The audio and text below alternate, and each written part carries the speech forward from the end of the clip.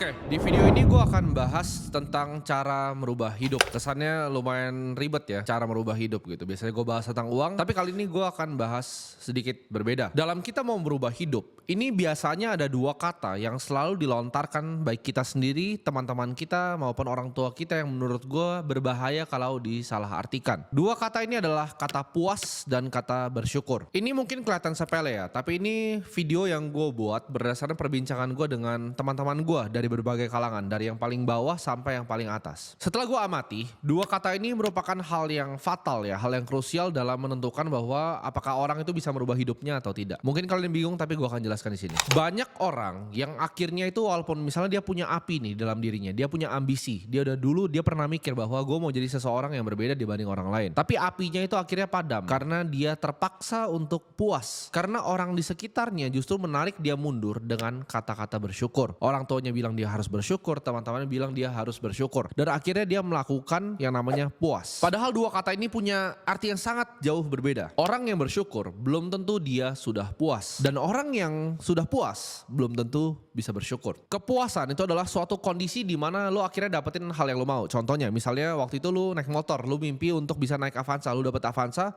lu puas gitu kan. Nah tapi puas ini gak pernah ada habisnya karena lu pasti akan mau yang lebih, mau yang lebih, mau yang lebih terus. Sedangkan kondisi bersyukur itu adalah kondisi di mana lu udah bersyukur atas apa yang udah dikasih ke lu. Ini contoh ya, maksud gua gabungan antara kata puas dan bersyukur yang biasanya teman-teman kita atau bahkan orang tua kita sendiri lakukan. Misalnya kalian dulu naik motor, kalian bekerja keras ya, kalian punya mimpi, kalian ada apinya tadi, sampai di tahap kalian misalnya naik mobil Avanza. Ya ini bisa disamakan dengan gaji atau yang apa, tapi gue paling simple untuk jelasin ke kalian pakai mobil. Kalian udah naik Avanza nih, ya kan? Lalu kalian bermimpi lagi, oke. Gue next kayaknya pengen nih enak kalau misalnya ini gue gak naik Avanza lagi, gue mau kerja keras banget untuk gue bisa naik Alphard. Tapi gitu kalian cerita seperti itu ke teman-teman kalian yang mungkin levelnya itu sekarang di bawah kalian. Jadi mungkin gini, kalian tadinya naik motor rame-rame, sekarang kalian udah naik Avanza ya. Teman kalian misalnya masih naik motor atau bahkan belum bisa beli mobil, masih nge-grab. Sedangkan kalian punya mimpi, oke sekarang gue udah mulai lebih dapat duit nih, gue mau misalnya naik Alphard. Teman kalian tuh pasti akan bilang seperti ini, lu justru harus bersyukur bro, karena lu udah naik Avanza, kenapa harus Alphard? Kan yang penting sama mobilitas gitu kan. Lu dipaksa untuk bersyukur sama teman-teman lu sendiri yang mereka itu sebenarnya naik motor. Mereka kan keluarin kata-kata seperti bersyukur lu sekarang udah gak kepanasan lagi kan, udah gak naik motor, lu udah naik mobil enak kan, udah naik Avanza. Disuruh bersyukur dan akhirnya lu di tahap puas karena lu pikir juga iya juga ya, gue harus bersyukur bahwa gue udah naik mobil Avanza. Dan mimpi Alphard lu yang dulu itu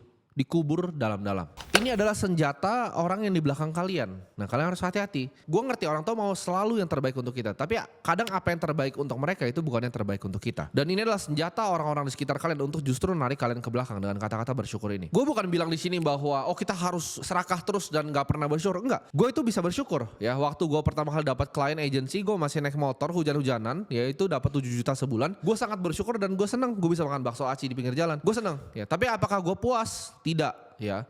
Ketika gue liat orang naik mobil, gue bilang oke, gue bisa nih beli mobil sendiri. Gue pengen untuk gak bisa hujan-hujanan gitu. Gue pernah sekali sampai sakit gue naik motor hujan-hujanan, gila gue keciprat gitu kan. Karena waktu itu gue mesti ketemu klien gue. Nah itu hal yang gue gak mau lakuin lagi di hidup gue. Dan dari situ walaupun gue bersyukur atas kondisinya, at least gue masih bisa makan, gue bisa dapat uang. Ada orang-orang lain yang gak dapat uang. Gue bersyukur tapi gue gak pernah puas. Nah ini berlaku juga sama di gaji. Misalnya contoh kalian punya gaji 7 juta gitu kan, di atas UMR sedikit. Lalu kalian cerita ke teman-teman kalian kalian bilang, lu bersyukur dong gaji lu 7 juta. Orang ada yang gajinya 2 juta aja bisa makan. Nah itu kan gak bener gitu. Bersyukur itu jangan dijadiin tameng ya. Apalagi kata-kata yang satu lagi yaitu sederhana. Nah orang banyak campur-campurin lagi nih antara tadi bersyukur dengan puas dan juga kata-kata sederhana ini. Orang banyak bilang, oh gue tuh sederhana gitu kan. Gue sederhana makanya gue naik misalnya mobil Avanza. Tapi kalau lu emang beneran mampu, kenapa lu gak beli aja gitu. Kalau misalnya setiap kali gue paling gatel kalau gue tuh dengar misalnya orang ngomong gini di sosial media. Oh gue tuh sebenarnya mampu tapi gue cuma beli aja yang Avanza. Kalau duit lu 200 miliar terus lu beli McLaren 9 miliar emang ada artinya buat lu. Itu kan sama kayak lu punya duit 5 miliar beli Avanza kan. Berarti kalau lu memang belum punya mobilnya, lu yang memang kagak mampu gitu. Bukan lu bilang oh duitnya ada tapi gak dipakai untuk beli mobil.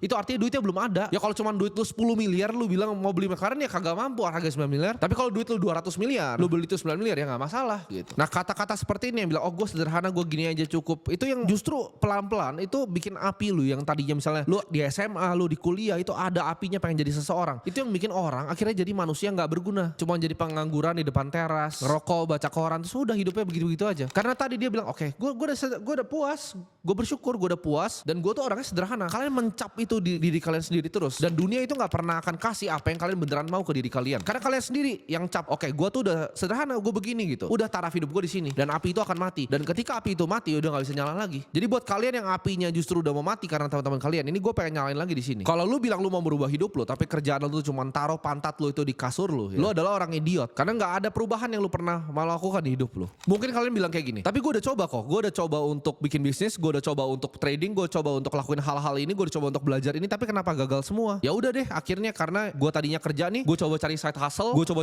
tapi gagal semua. Ya udah, jadi gue bersyukur kok dengan apa yang gue udah kasih, dengan gaji UMR gue ini, gue bersyukur. Itu lo orang idiot, gue bilang sekali lagi, ya. Kalian mungkin bisa ngomong gue orang yang sombong ya, sombong, arogan, terserah kalian. Tapi gue orang yang gak pernah nyerah. Gue bukan quitter. Lu bisa ngomongin gue apapun kecuali gue quitter. Begitu gue taruh otak gue di suatu hal, gue make sure seumur hidup gue gak akan pernah menyerah sampai gue bisa mendapatkan hal itu. Tapi susah kok ini trading gini, tapi susah, gak ngerti ini apaan, gak ngerti ini itu. Bisnisnya susah, gue ditipu. Ya memang susah, semua di hidup ini memang susah. Terserah lu mau jadi orang yang mana. Kalau memang gampang ya semua orang juga bisa kali. Di saat kalian punya titik ketakutan ya untuk melompat, itu justru saatnya kalian berani untuk melompat. Ini gue kasih tahu rahasianya ya. Ini terkesan simpel, tapi di saat kalian mau melakukan suatu hal nih, kalian mau melakukan perubahan, kalian ngerasain ketakutan yang luar biasa, itu justru titik kalian harus melompat ya. Begitu kalian paling takut, itu titik kalian harus melompat. Kenapa? Kalau kalian nggak melompat, di saat kalian paling punya titik ketakutan itu, apakah bisa ini, apakah bisa itu, nanti gimana ini, lompat aja. Karena fortune favors the bold. Kalian bilang orang ini hoki.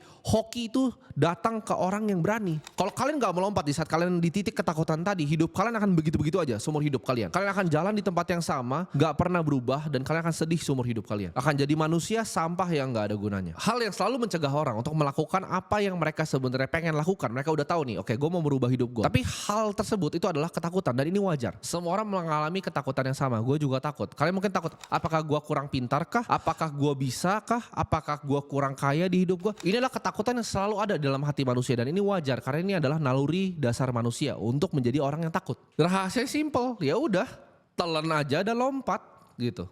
Telan dan lompat. Semua orang di hidupnya itu selalu sebenarnya punya target ya. Entah mereka mau pensiunin orang tuanya, mereka mau bikin nyokapnya itu nggak usah kerja lagi, entah mereka mau grow bisnisnya, entah mereka mau grow portofolionya. Semua orang tuh punya target. Tapi kalau kalian punya target tapi nggak ada perubahan di hidup kalian, gimana caranya kalian bisa nyampe ke targetnya? Kalau kalian mau hasil yang berbeda di dunia ini, make sure kalian melakukan hal yang berbeda. Hasil yang berbeda itu datang dari action yang berbeda. Masa lu ngomongnya mau pensiunin nyokap lu ngomongnya mau grow bisnis lu, mau kembangin portofolio lu, tapi setiap hari lu kerjanya tuh rebahan di kasur. Gimana caranya? Ya, mau hasil berbeda tapi kelakuannya sama nih. Mau hasil berbeda ya kelakuannya berbeda juga dong. Minta hasil baru dengan action yang kalian lakuin dulu itu adalah kebodohan. Ini mungkin hal terakhir yang gue pengen tanyain ke kalian. Kalian pikir baik-baik, apa hal yang kalian lakukan di hidup kalian yang bisa bikin bangga diri kalian sendiri? Kalau jawabannya nggak ada, berarti harus ada hal yang kalian ubah dari dalam hidup kalian.